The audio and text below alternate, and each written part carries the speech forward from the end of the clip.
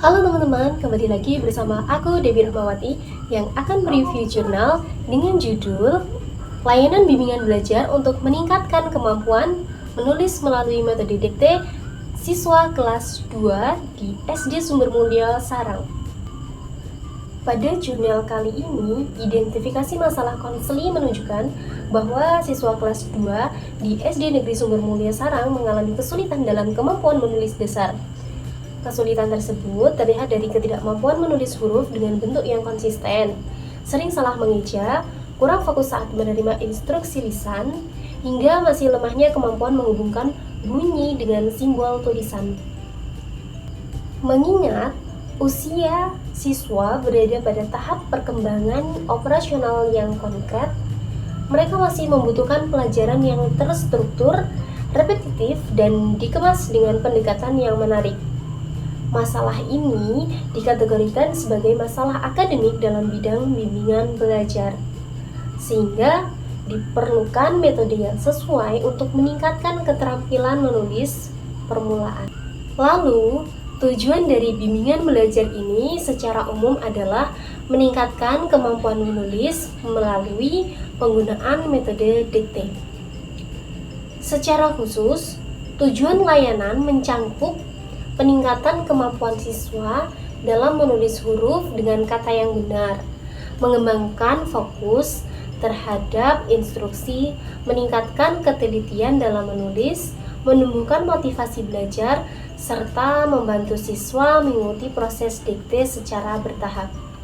Tujuan ini sejalan dengan hakikat layanan bimbingan belajar yang menekankan pada peningkatan kemampuan akademik dan pembentukan strategi belajar yang tepat.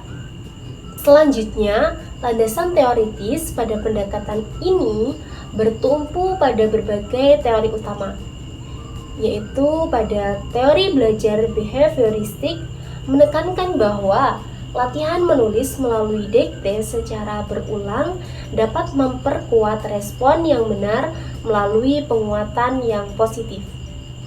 Selain itu, teori belajar sosial Bandura menjelaskan bahwa siswa belajar dengan mendengar, meniru, dan memperhatikan secara bertahap berdasarkan instruksi guru. Tidak hanya itu, teori literasi dini juga mendukung bahwa keterampilan menulis itu berkembang melalui hubungan antara kemampuan mendengar, memproses kata, menuliskannya kembali dalam bentuk simbol dan huruf. Dengan demikian, metode dikte memiliki dasar yang kuat dalam pembelajaran literasi awal. Kemudian, proses dan mekanisme perubahan terjadi melalui beberapa komponen. Proses mendengar kata atau kalimat secara kognitif, lalu menuangkannya dalam bentuk tulisan menjadi pusat perubahan kemampuan menulis siswa. Latihan yang diulang-ulang memperkuat daya ingat dan ketepatan ejaan. Penguatan positif yang diberikan guru saat menulis dengan benar meningkatkan motivasi dan rasa percaya diri. Selain itu, metode dikte juga membantu meningkatkan fokus dan disiplin selama pembelajaran berlangsung, karena mereka dituntut untuk mendengarkan dan merespon secara tepat. Selanjutnya, teknik yang digunakan dalam metode dikte yang menjadi inti dari layanan. Guru membacakan huruf, kata, atau kalimat sederhana. Kemudian siswa mendengar dan menulisnya sesuai instruksi. Setelah tulisan selesai, guru memberikan koreksi secara langsung dan siswa memperbaiki kesalahannya. Latihan dilakukan secara bertahap, mulai dari didikte huruf, kata, dan frase, hingga kalimat pendek. Teknik ini cocok untuk siswa sekolah dasar karena melibatkan koordinasi antara pendengaran, pemahaman, dan motorik menulis. Kemudian, peran konselor atau guru dalam layanan ini sebagai fasilitator yang memberikan instruksi dengan jelas, menciptakan suasana belajar yang nyaman, memberikan umpan balik, memonitor perkembangan siswa. Sementara itu, peran konseli atau siswa yaitu mendengarkan instruksi dengan baik, menulis apa yang didiktekan, menerima koreksi tanpa rasa takut, serta berlatih secara mandiri untuk meningkatkan kemampuan menulisnya. Selain itu, layanan metode dikte dalam jurnal ini menyebutkan bahwa memiliki kelebihan dan keterbatasan. Kelebihannya meliputi kemampuan meningkatkan fokus, ketelitian, dan keterampilan menulis secara langsung. Metode ini juga sangat sederhana dan mudah diterapkan, terutama bagi siswa kelas rendah. Namun, metode ini memiliki keterbatasan. Misalnya, membutuhkan suasana kelas yang kondusif dan ketersediaan siswa untuk fokus.